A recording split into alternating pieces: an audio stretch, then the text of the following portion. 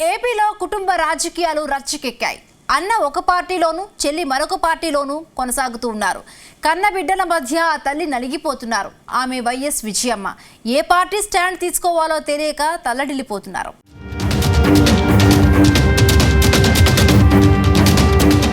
ఆంధ్రప్రదేశ్ రాజకీయాల్లో ఈసారి విచిత్ర పరిస్థితి కనిపిస్తోంది. వైఎస్ రాజశేఖర రెడ్డి కుటుంబం రెండుగా చీలింది. అన్న చెల్లెళ్ల దారులు వేరయ్యాయి. అన్న ఒక పార్టీకి అధినేతగా ఉంటే చెల్లెలు మరో పార్టీకి చీఫ్ గా కొనసాగుతున్నారు.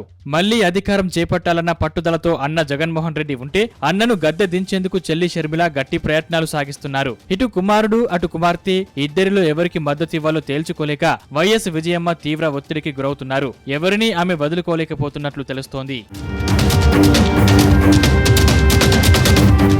ఇడుపులపాయలోని వైఎస్ ఘాట్ వద్ద వైసీపీకి సంబంధించి జగన్ కార్యక్రమం నిర్వహించినా ఇటు కాంగ్రెస్ తరపున షర్మిల ప్రకటనలు చేసినా విజయమ్మ పాల్గొంటుండడం ఇందుకు తార్కాణం. రెండు పార్టీల కార్యక్రమాల్లో పాల్గొంటుండడంతో రాజశేఖర రెడ్డి అభిమానులు అయోమయానికి గురవుతున్నారు.